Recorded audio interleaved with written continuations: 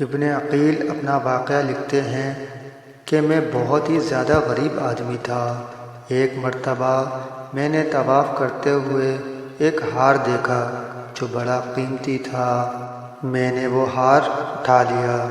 میرا دل چاہتا تھا کہ میں اسے چھپا لوں، لیکن میرا ضمیر کہتا تھا ہرگز نہیں، یہ چوری ہے، بلکہ دیانتداری کا تقاضا یہ ہے کہ جس کا یہ ہار ہے اسے میں واپس کر دوں۔ چنانچہ میں نے مطاف کھڑے ہو کر اعلان کر دیا کہ اگر کسی کا ہار گم ہوا ہو تو آ کر مجھ سے لے لے۔ کہتے ہیں کہ ایک نابینا آدمی آیا اور کہنے لگا کہ یہ ہار میرا ہے اور میرے تھیلے میں سے گرا ہے۔ میرے نفس نے مجھے اور بھی ملامت کی کہ ہار تو تھا بھی نابینے کا، اور اس کا کسی کو کیا پتہ چلتا، چھپانے کا اچھا موقع تھا، مگر میں نے وہ ہار اسے دے دیا۔ نابینا نے دعا دی اور چلا گیا۔ کہتے ہیں کہ میں دعائیں بھی مانگتا تھا کہ اللہ میرے لیے کوئی رزق کا بندوبست کر دے۔ اللہ کی شان دیکھیں کہ میں وہاں سے ہلا گیا۔ یہ ایک بستی کا نام ہے۔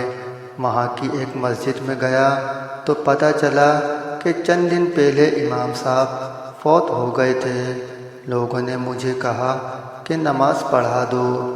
جب میں نے نماز پڑھائی تو انہیں میرا نماز پڑھانا اچھا لگا۔ وہ کہنے لگے تم یہاں امام کیوں نہیں بن جاتے؟ میں نے کہا بہت اچھا۔ میں نے وہاں امامت کے فرائض سر انجام دینے شروع کر دیے۔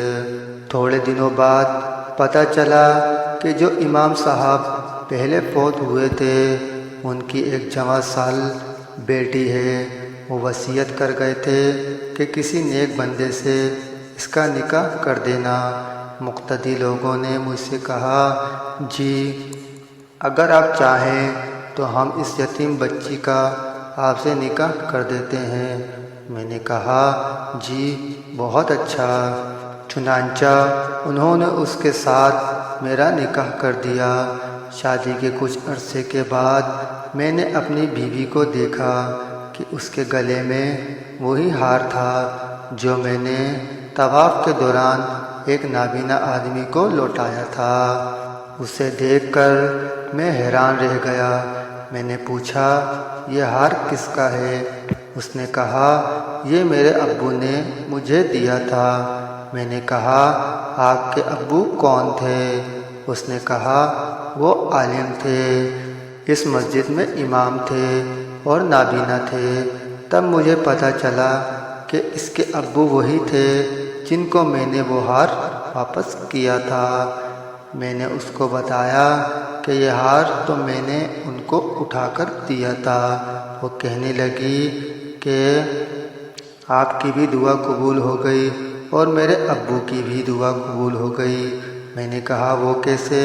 اس نے کہا کہ آپ کی دعا تو اس طرح قبول ہوئی کہ اللہ تعالیٰ نے آپ کو گھر بھی دیا، گھر والی بھی دی اور رزق بھی دیا، اور میرے ابو کی دعا اس طرح قبول ہوئی کہ جب وہ ہار لے کر واپس آئے تو وہ دعا مانگتے تھے کہ اللہ ایک امین دیانتدار شخص نے میرا ہار مجھے لوٹایا ہے، اے اللہ ایسا ہی امین شخص میری بیٹی کے لیے خاوند کے طور پر عطا فرما دے۔